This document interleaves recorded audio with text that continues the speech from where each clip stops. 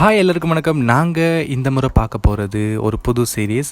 Kit அப்படின்டா என்ன, அது ஏன் யூஸ் பண்ணுறாங்க, அதை வந்து நாங்கள் பேசிக்காக அது எப்படி செய்கிறது அப்படின்னு சொல்லி பார்க்க போகிறோம்.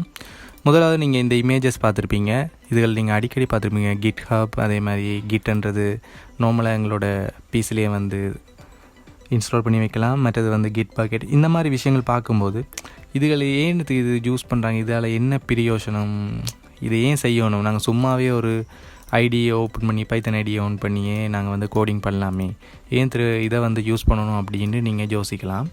இது வந்து உண்மையாலுமே ஐடி கோடிங்கை வந்து க்ரியேட் பண்ணுற இடம் இல்லை, இது வந்து வெர்ஷன் கண்ட்ரோல் சிஸ்டம்.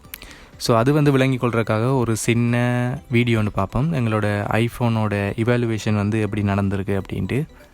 ஸோ இந்த ஐஃபோனை பார்த்தீங்கன்னா இதில் வந்து பெருசாக அவ்வளோ சேஞ்ச் நடந்திருக்காது. இதில் பாருங்கள், ஒரு கலர் மட்டும் மாறி இருக்குது. இங்கே பார்த்தீங்கன்னா பேட்டரியோட பெர்சன்டேஜ் வந்து போடுற மாதிரி வந்திருக்கு. அதே மாதிரி இன்னொரு இதுலேருந்து மாறுது பாருங்கள், ஆப் ஸ்டோரு அதோட ஐக்கன் வந்து மாறுது. இப்படி சின்ன சின்ன மாற்றங்கள் வந்து வெறும் லோகோ அதுகளை வச்சு மட்டும் பார்க்கலாம். பட் பெருசாக மாறுறது, உள்ள சாஃப்ட்வேர் மாறுறது வந்து நாங்கள் யூஸ் பண்ண தான் விளங்கும். ஸோ இந்த மாதிரி சேஞ்சஸ் ஒவ்வொரு ஐஃபோனோட வேர்ஷனுக்கும், ஐஃபோன் மட்டும் இல்லை, ஸோ எல்லா சாஃப்ட்வேர் ப்ராடக்ட் எல்லாத்துக்குமே அப்படி தான் நடக்க போகுது. ஒவ்வொரு வேர்ஷனுக்கு வந்து ஏதாச்சும் ஒரு சின்ன மாற்றத்தை வந்து உண்டு பண்ணுவாங்க. யூஸருக்கு எது யூஸ்ஃபுல்லாக இருக்கோ அதுக்கேற்ற மாதிரி யூஸ் பண்ணி செய்ய போகிறாங்க.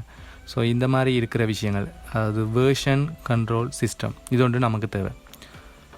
இன்னொரு எக்ஸாம்பிளுக்கு பார்ப்போம். ஸோ இந்த மாதிரி எங்களுக்கு வந்து ஒவ்வொரு வேர்ஷன்லேயும் வந்து புதுசாக ஆட் பண்ணுறாங்க அப்படின்னா, அவங்க மெயினாக இப்படி ஒரு ஃபோல்டர், மெயினாக எங்களோட iOS அப்படின்னு போட்டுட்டு இது முதலாவது வேர்ஷன், இதில் வந்து உள்ளே போனோம்னா கீபோர்ட் அது வந்து எல்லாம் இருக்க போகுது. அதே மாதிரி ரெண்டாவது வேர்ஷனில் போனாலும் கீபோர்ட் அது வந்து எல்லாம் இருக்க போகுது. அப்படியே கடைசியாக வந்த 14 15 அந்த வேர்ஷன் எல்லாத்துலேயுமே ஒவ்வொன்றா போடுறது வந்து அது ஒரு வேர்ஷன் கண்ட்ரோல் தான். பட் அது வந்து எங்களுக்கு கஷ்டமாக இருக்கும். ஏன் ஒவ்வொரு இதுலேயும் இருக்கிறத நாங்கள் காப்பி பண்ணி அடுத்த இதுக்கு வந்து பேஸ்ட் பண்ண வேண்டி இருக்குது.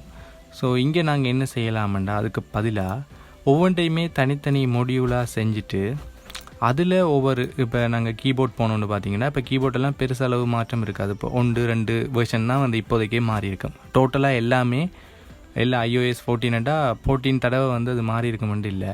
இப்போ கீபோர்டில் பார்த்தோம்னா வெர்ஷன் 1 2 அப்படின்னு மட்டும்தான் இருக்க போகுது. சிம்பிளாக சொல்லணும்டாக்கா இது அப்படி தான் இல்லை, நான் ஒரு உதாரணத்துக்கு போட்டுக்கொள்கிறேன். ஸோ அதே மாதிரி நாங்கள் வந்து ஹோம் ஸ்க்ரீனை பார்த்தோம்னா அதில் சில 5 வேர்ஷனுக்கிட்ட மாறி இருக்கும். ஸோ இப்படி கொஞ்சம் கொஞ்சமாக எல்லாத்துலேயுமே தனித்தனியாக வர மாற்றங்களை நாங்கள் டோட்டலாக இது அவ்வளோத்தையும் சேர்த்து இதுக்குள்ளே வந்து போட்டு விடுவோம். ஓகே தானே, 14க்குள்ளே இப்போ புதுசாக வரும்போது 14 போடுவோம். இந்த மாதிரி வேர்ஷனை வந்து எப்படி வந்து கண்ட்ரோல் பண்ணலாம், இப்படி நாங்கள் ஒவ்வொரு ஃபோல்டராக ஓப்பன் பண்ணி செய்கிறது வந்து எங்களுக்கு கஷ்டமாக இருக்கும். ஏன் நாங்கள் மினக்கட்டு ஒரு ஃபோல்டர் ஓப்பன் பண்ணி செஞ்சு கொண்டிருக்கணும். நாங்கள் வளமையாக யூஸ் பண்ணுற மாதிரி ஒரு கோடிங் செய்வோம். அதுக்கு பிறகு அதுவாகவே தேடித்தார மாதிரி, அதுவாகவே வேர்ஷனை வந்து க்ரியேட் பண்ணுற மாதிரி ஒரு சிஸ்டம் சேர்ப்போம். இதுதான் சிம்பிள் ஐடியா எங்களோட கிட் கண்ட்ரோல் சிஸ்டத்தோட. ஸோ கிட்டை வந்து எப்படி யூஸ் பண்ணுறது, அதை எப்படி ஃபஸ்ட்டாக ஓப்பன் பண்ணுறது, அதெல்லாம் அடுத்த வீடியோவில் பார்ப்போம்.